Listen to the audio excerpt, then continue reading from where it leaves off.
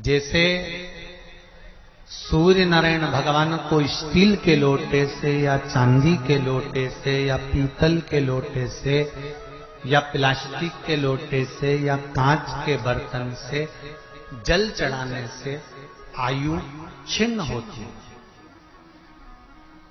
क्या समाप्त होती है? आयु।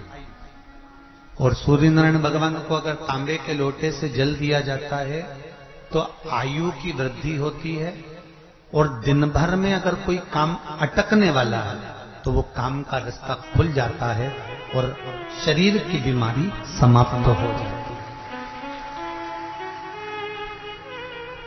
शरीर की बीमारी समाप्त हो जाती है। 2 तारीख को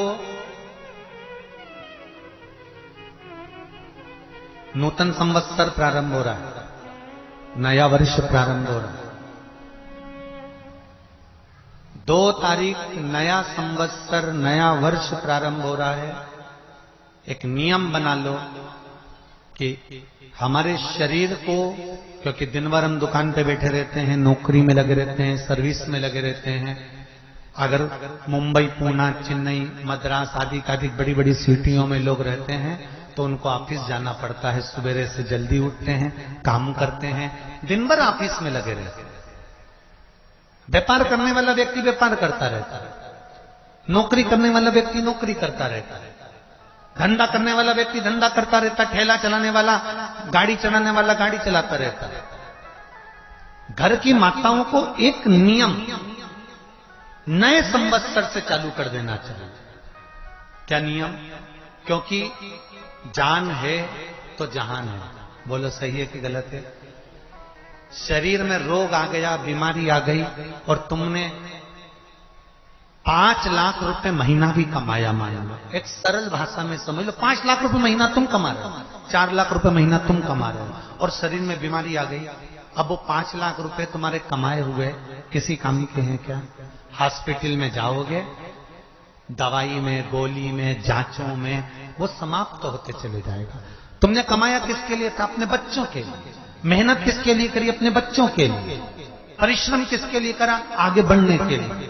और मालूम पड़ा कि तुम बीमार पड़ गए, जितना तुमने कमा कर जोड़ा था वो सब तुम्हारी बीमारी में लग गया। तो ऐसा कमाना कोई फायदे का है क्या?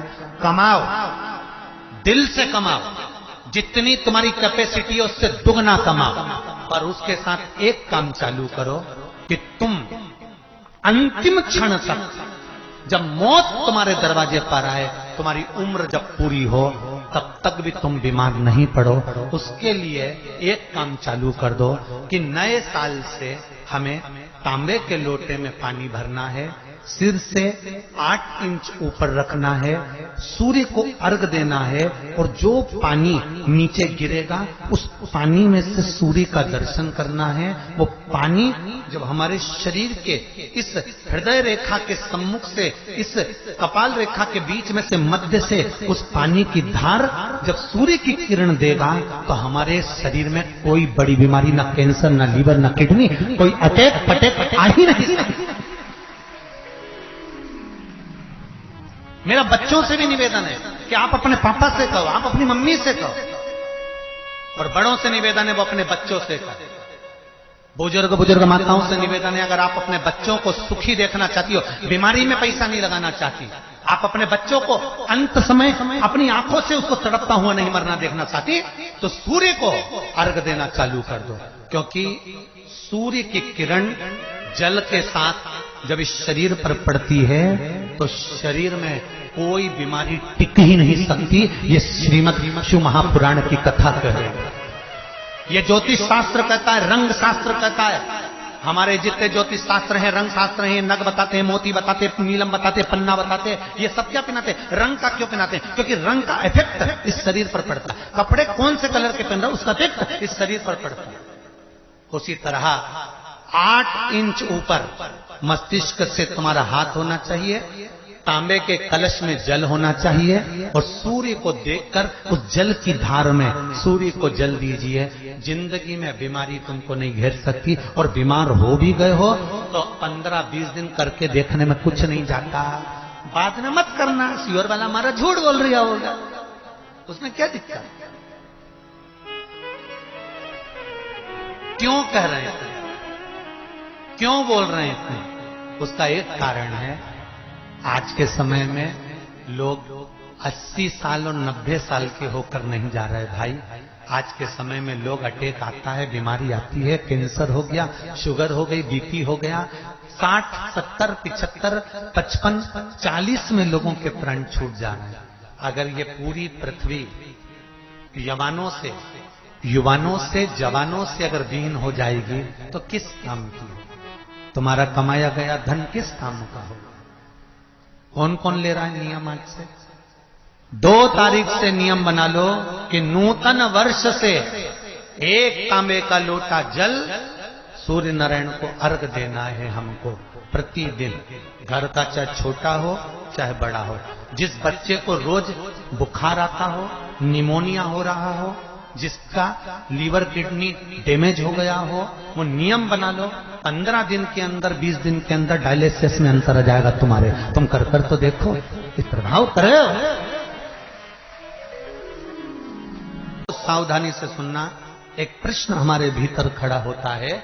जब हम सूर्य नारायण भगवान को अर्घ देते हैं, जल चढ़ाते हैं, तो वो जल पृथ्वी पर जब गिरता है तो उसके छींटे हमारे शरीर पर लगते हैं। क्या वो ठीक है? क्या वो श्रेष्ठ है? तो शिव महापुराण की कथा कहती है, जब हम सूर्य को अर्घ देते हैं, सूर्य को जल चढ़ाते हैं, वो पानी जब पृथ्वी पर गिरता है, उसके छींटे हमारे शरीर पर लगते हैं, तो वो श्रेष्ठता का भाव निर्मित करते हैं। वो गलत नहीं हो सकता। कारण अब वो भी समझ लीजिए।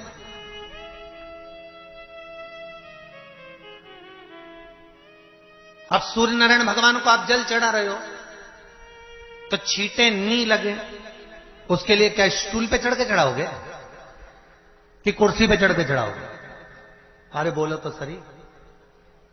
अब कई लोगों के दिमाग में यह बात भरा गई कि हम भगवान को जल चढ़ाते हैं, वो हमारे शरीर में छींटे लगते हैं, जमीन पे से पानी गिरता है, वो हमारे शरीर को छींटे लगते हैं, भगवान को अच्छा नहीं लगता होगा। कौन ने कहा? पहले तो उसको पकड़ के ला।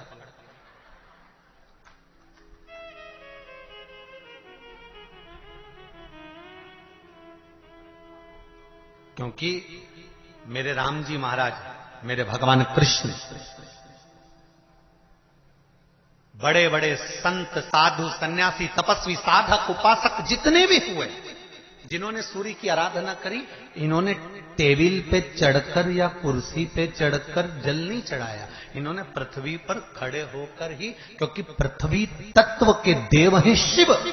जब हम मृत्यु लोक पर खड़े होकर, पृथ्वी पर खड़े होकर भगवान शंकर का भाग पृथ्वी तत्व को धारण कर कर जल को हाथ में लेकर जब समर्पित करते हैं, और जो जल नीचे गिरता है वो शरीर पर अगर लगता है तो हमको उसका आशीर्वाद ही प्राप्त होता है, दोष नहीं लगता। और लोगों ने इसको विपरीत कर दिया कि कौन ने विपरीत करा? कई लोगों ने इसको विपरीत कर दिया। कौन ने विपरीत करा? तो जो दूसरे धर्म के लोग होते हैं, जिनको हिंदू धर्म से नफरत होती है और जो हिंदू धर्म की पूजन, सेवा, अर्चना को समाप्त करना चाहते हैं, वो धीरे धीरे धीरे धीरे कहने लगे कि सूर्य को जल चढ़ाओगे तो शरीर में लगेगा, शरीर में लगेगा तो दोष लगेगा। इसको कह कहकर घर घर में सूर्य को जल चढ़ाना लोगों ने बंद कर दिया कि आप जल चढ़ाएंगे तो दोष लगेगा, शरीर पे छींटा लगेगा, शरीर को ऐसा लगेगा। ये दोष नहीं है। कितनी सुंदर बात है महाराज। सूर्य नारायण भगवान को जब जल चढ़ाया जाता है, हाथ सिर से 8 इंच की दूरी पर होना चाहिए। जम के बोलिए, सिर से कितना ऊंचा होना चाहिए?